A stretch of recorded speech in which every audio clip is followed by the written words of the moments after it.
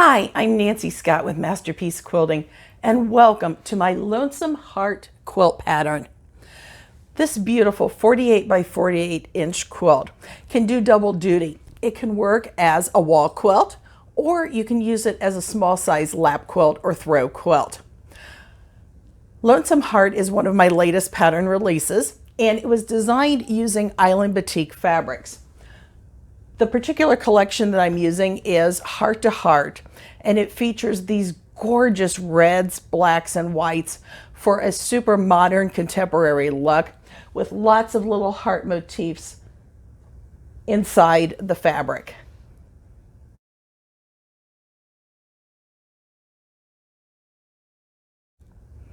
Patterns for Lonesome Heart are available in your local quilt shop, or they're available online as both print and PDF digital downloads in my Etsy shop.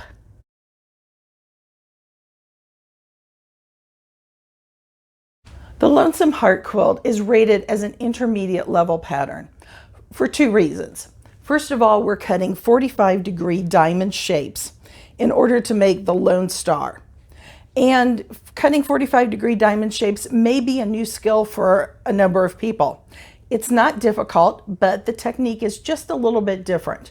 And secondly, this quilt uses Y seams for assembly. So when we're putting these pieces together, we're actually stitching a Y seam or a partial seam.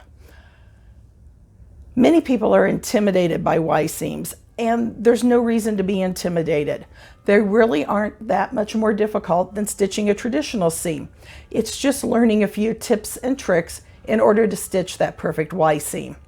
So to make it a little bit easier for everybody, in this video I've got two tutorials that I'm going to share with you. One of them is how to cut 45-degree diamond shapes, either using a specialty grid or using your standard cutting grid. And then secondly, we're going to go right into those Y seams and go step by step how to stitch them and how to be successful as you're stitching them. Let's get started now.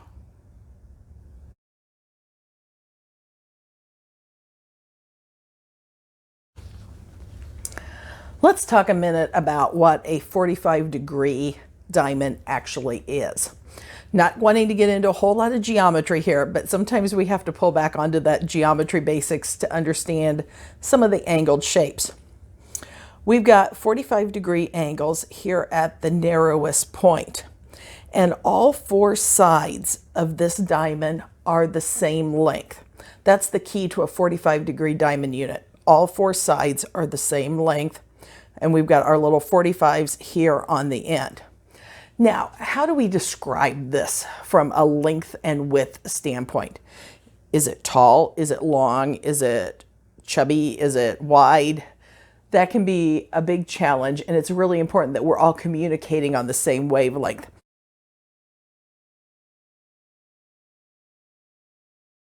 A lot of people want to think of length as this way and height as this way, but let's not think that way.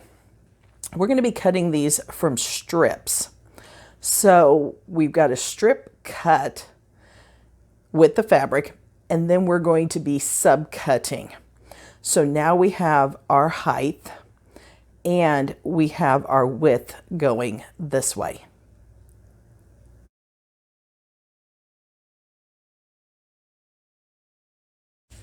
Let's start cutting. Your pattern gives some information about cutting diamond shapes.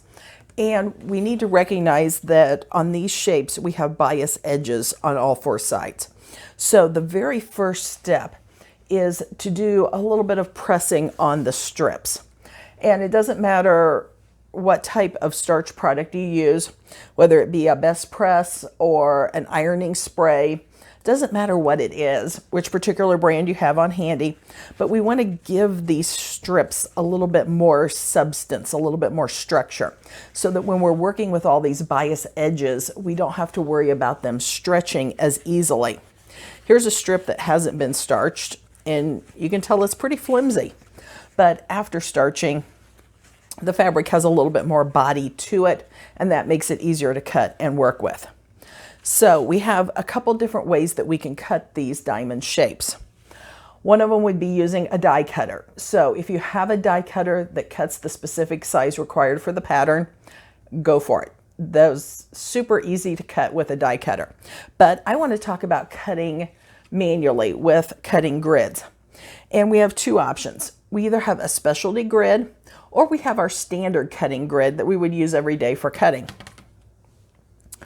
I actually prefer the cutting grid that is specifically designed for 45-degree diamonds. I'm not a big person who's buying gobs and gobs and gobs of grids, so I don't own a lot of specialty grids, but this is one that I truly love.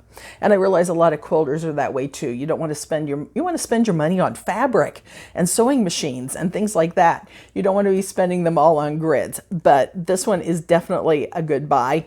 And there are a variety of manufacturers who make a 45-degree diamond grid.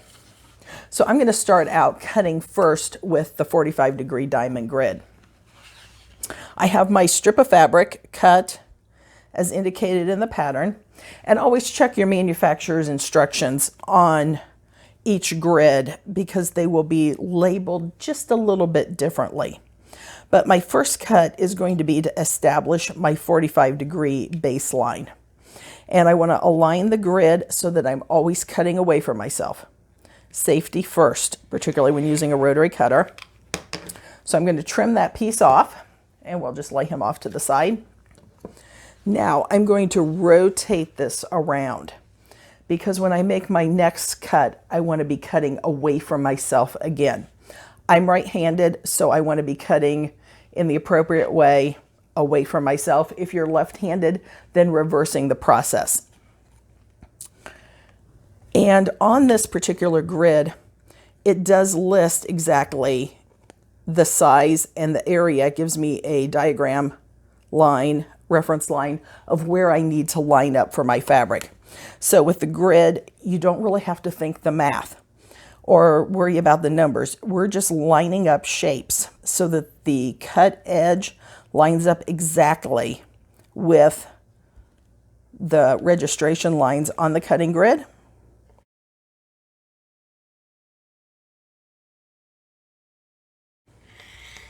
And then I'm going to cut. Kind of easy peasy there. And then we're going to do the next one. And as you get comfortable doing this, you can layer your fabric so that you're cutting more than one at the same time to be a little bit more efficient. But that's cutting with a specialty cutting grid. Now I'm going to grab the other end of my strip here, and we're going to cut with just our standard cutting grid. And on pretty much all of our cutting grids, we've got a 45-degree line. We may have some others, 60s too, but we're looking for the 45-degree line because we're cutting 45-degree shapes. So I'm going to position my 45-degree line at the bottom of my strip, and using the exact same process, trim off that end, and then we're going to flip it around.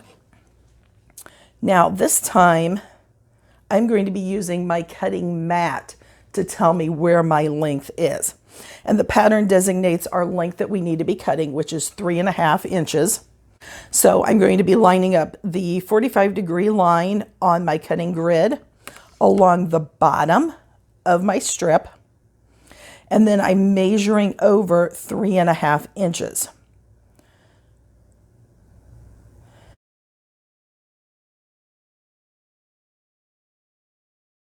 So the very tip of my corner of my ruler is at 3.5 inches. I have my 45-degree line on the bottom of my strip. And you know what? One of my other registration lines is running right at that angle, and that is what we want to see. We want to make sure that we're nice and even and square as we're cutting this angle. So I'm going to cut the first one, pull it away. 1, 2, 3. I've got my half from there. Move down, reposition, make sure everything is in line, and cut again. And guess what? They are exactly the same size. So that gives you a very quick tutorial on cutting your 45-degree diamonds using either the specialty ruler or just using your standard cutting grid with a 45-degree registration line, and then using your cutting mat to reference the length that you need to cut.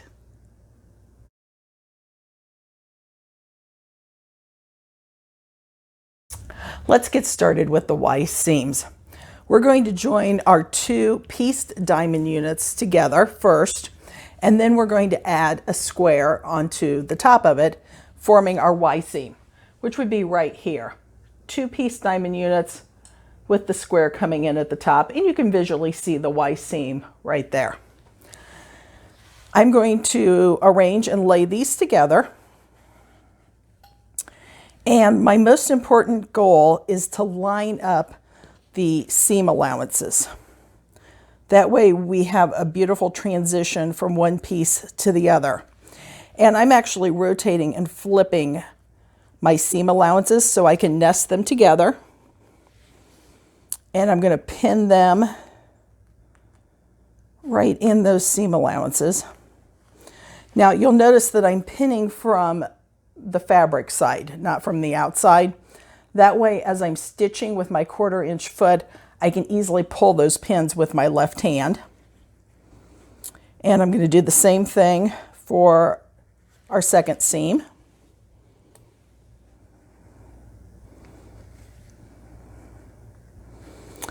So many times bias has a bad rap. We're like, oh, I don't want to deal with bias. But you know what? If you need to align these just a little bit, that bias gives us just the stretch we need to make sure that all of our seams are lining up perfectly. Now, before I sew, I actually want to press these two pieces of fabric together. It's very lightly. Get some heat on them.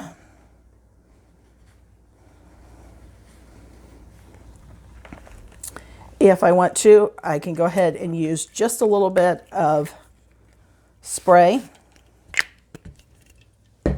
Maybe a little more than I wanted, but it will do the trick. And that kind of helps glue everything together so the fabrics aren't going to shift as I'm stitching. So this is going to be the first seam that I sew, and I am going to start 1/4 inch from the top, and 1/4 inch from the bottom is where I'm going to end.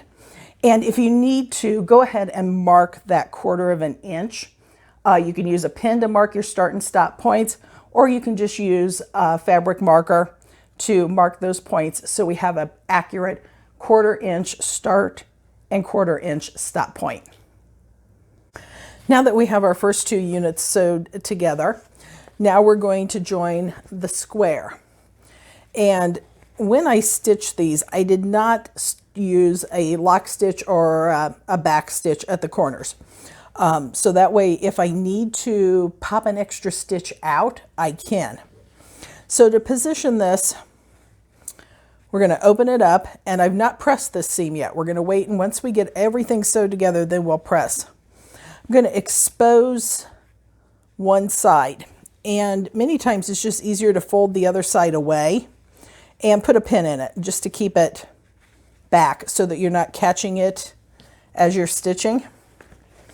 I've went ahead and just lightly starched this piece, and we're going to get inside this seam here and align our corners. And then just let it fall out, and we are going to be working from the center as our orientation point. So we'll be stitching from the center out. I'm going to move this over on my ironing board.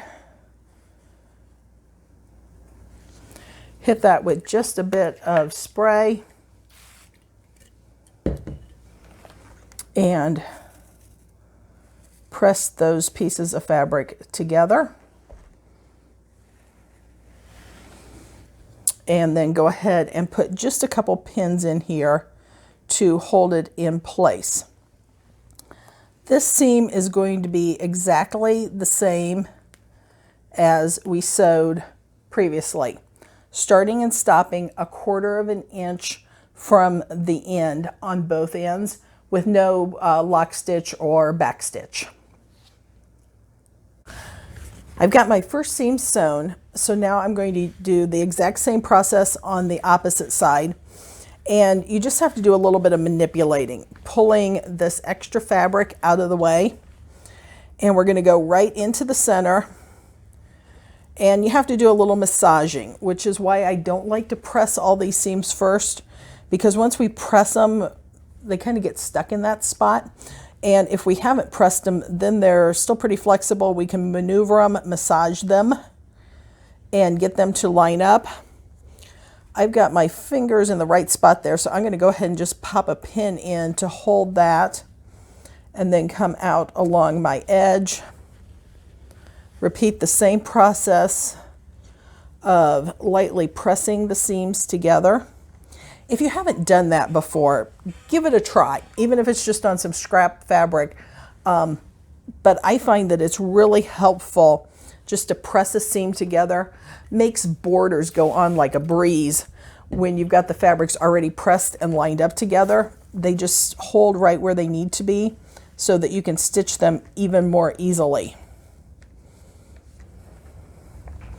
So I have that pressed together. I'm going to put just a couple more pins in here to hold it, and then we're going to stitch that final seam, again starting and stopping 1/4 inch from each end.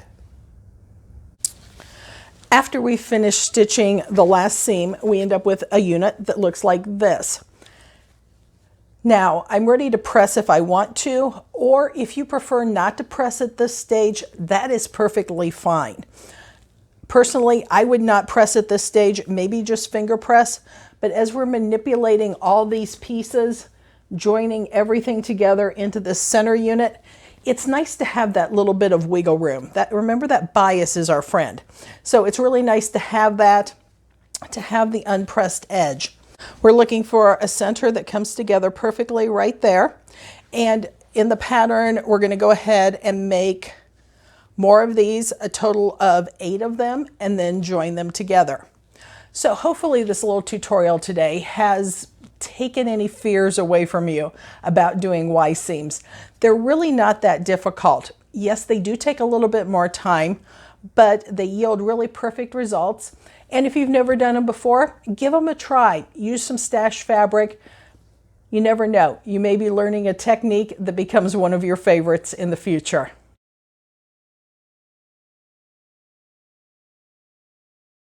At this time, I'd like to just briefly thank you for joining me. If you've made it to this stage of the video, thank you. Thank you for being a part of Masterpiece Quilting. Again, I'm Nancy Scott with Masterpiece Quilting. This is my Lonesome Heart design. I hope you've enjoyed our 2 tutorials today on how to cut 45-degree diamonds and then how to sew a Y seam. Bye!